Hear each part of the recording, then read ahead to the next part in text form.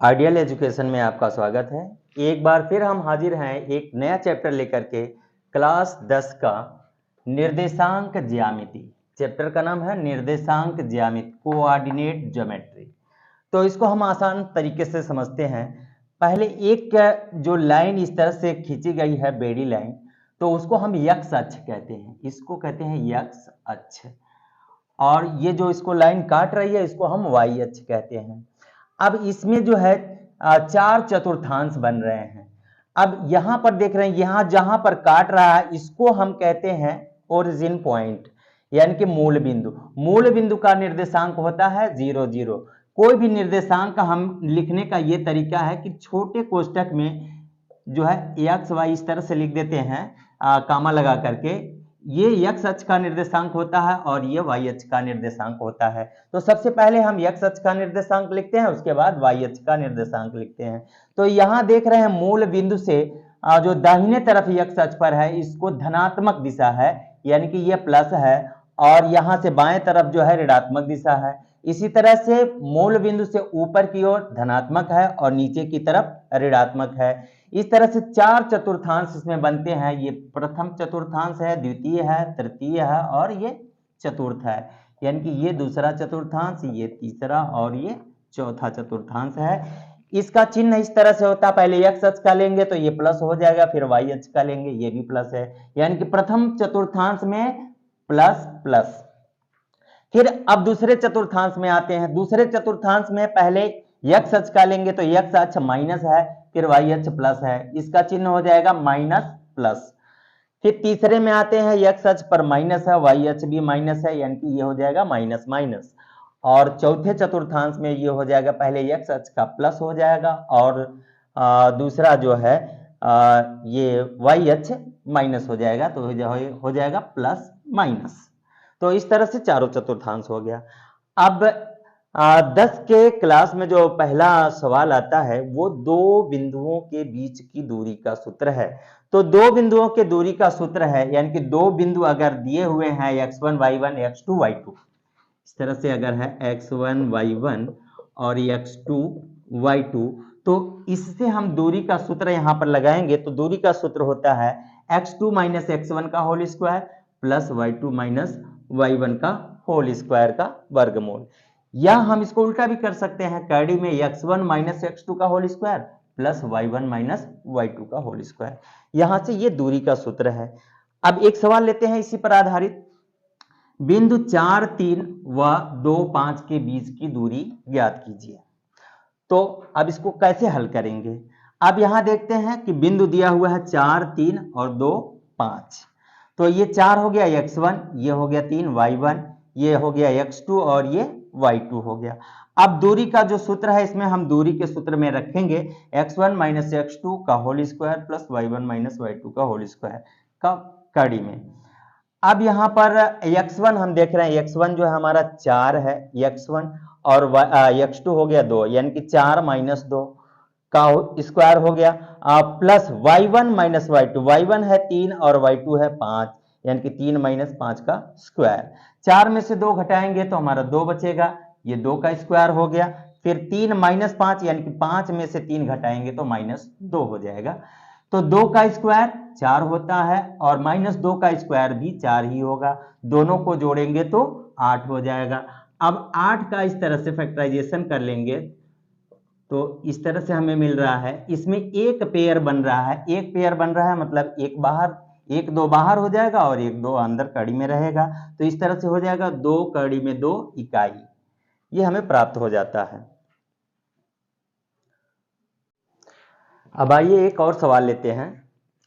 सिद्ध कीजिए कि बिंदु 2 माइनस 2 8 4 5 7 माइनस 1 1 एक आयत के शीर्ष हैं। अब हमें दिखाना है कि ये दो जो चारों बिंदु दिए गए हैं, इससे एक आयत बनेगा।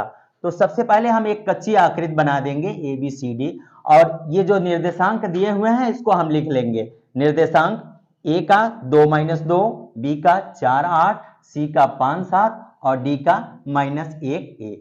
तो आयत सिद्ध करने के लिए क्या होता है, आयत की परिभाषा के अनुसार ये होता है कि आयत की जो सम्मुख भुजाएं होती हैं वो बराबर होती है, यानी कि AB जो है ये CD के बराबर आना चाहिए और BC जो है वो DA के बराबर आना चाहिए, और इसका जो विकर्ण है AC और BD ये दोनों आपस में बराबर होने चाहिए। तो चलिए इसी को हम सिद्ध करते हैं। तो सबसे पहले हम AB के बीच की दूरी निकालते हैं। AB, तो AB की दूरी निकालेंगे तो दूरी का सूत्र से जैसा कि x1 माइनस x2 का whole square plus y1 minus y2 का होल स्क्वायर से निकालेंगे। तो यहां देख रहे हैं x1 2 है और x2 8 है, तो 2 माइनस 8 का स्क्वायर हो गया। फिर y1 माइनस 2 है और y2 माइनस 4 हो जाएगा, माइनस 2 माइनस 4 का स्क्वायर हो गया। 8 में से 2 घटाएंगे तो हो जाएगा माइनस 6, और ये दोनों माइनस है तो इसको जोड़ लेंगे, माइनस 2 माइनस 4 माइनस 6 हो जाएगा। तो 6 का स्क्वायर 36 होता है, फिर माइनस 6 का स्क्वायर भी 36 होगा, 36 36 72 होगा, और जिसको हम जो है कड़ी को तोड़ेंगे तो ये हो जाएगा 6 कड़ी में 2। इसी तरह से अब हम निकालते हैं BC के बीच की दूरी। तो BC के बीच की दूरी निकालेंगे तो हम देख रहे हैं BC यानी कि यहां से लेंगे x1 x2 y1 y2, तो x1 हो रहा है 8 और x2 हो जाएगा 5, y1 हो गया 4 y2 हो गया 7। तो 8 में से 5 घटाएंगे तो 3 बचेगा, और माइनस 7 में से 4 घटाएंगे तो माइनस 3 बचेगा। 3 का स्क्वायर 9 होता है, माइनस 3 का स्क्वायर भी 9 होगा, दोनों को जोड़ देंगे तो 18 हो जाएगा, और 18 को जो शुद्ध कड़ी के रूप में लिखेंगे तो ये हो जाएगा 3 कड़ी में 2। इसी तरह से अब हम CD के बीच की दूरी निकालेंगे। CD में यानी कि ये हो जाएगा x1 y1 x2 y2, तो x1 हो जाएगा 5, x2 हो गया -1।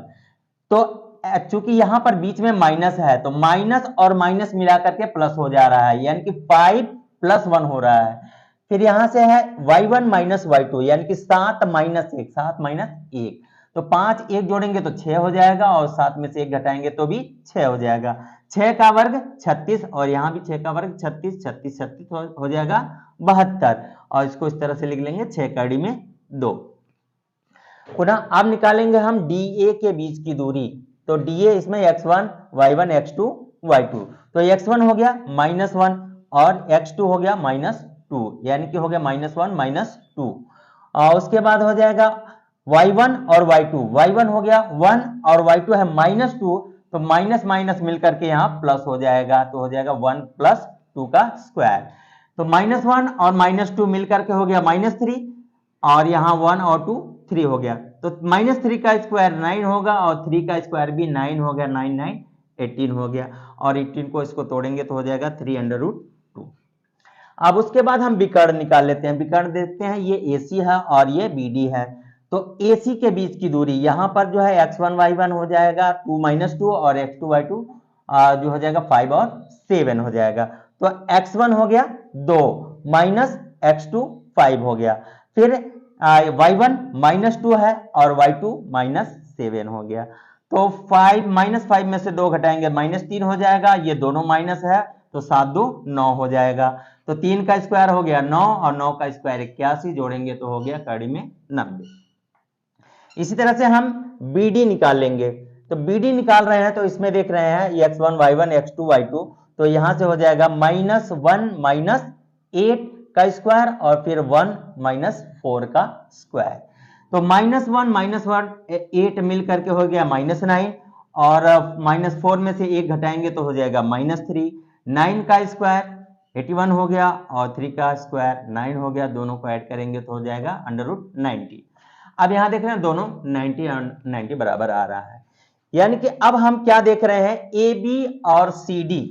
यहां देख रहे हैं AB का वैल्यू हो गया 6 कड़ी में 2, और CD का वैल्यू है 6 कड़ी में 2, दोनों बराबर हैं, यानी कि आमने सामने की जो भुजाएं हैं वो बराबर मिल रही हैं। फिर यहां देख रहे हैं BC का मान आया है 3 कड़ी में 2, और इसी तरह से DA का मान आया है 3 कड़ी में 2, ये भी आपस में बराबर हैं, यानी कि AC ये BC बराबर DA। अब फिर विकर्ण में देख लेते हैं। विकर्ण जो है विकर्ण AC का मान आया है कड़ी में 90, और विकर्ण BD का मान भी आया है कड़ी में 90, यानी कि ये दोनों भी बराबर हैं। तो चूंकि सम्मुख भुजाएं बराबर है और विकर्ण भी आपस में बराबर हैं, इसलिए जो दिया हुआ मान है ABCD का, ये आयत के शीर्ष होंगे। इसी तरह से आप कोई भी रहेगा, वर्ग के शीर्ष हो या फिर त्रिभुज के शीर्ष हो, उसको निकाल सकते हैं।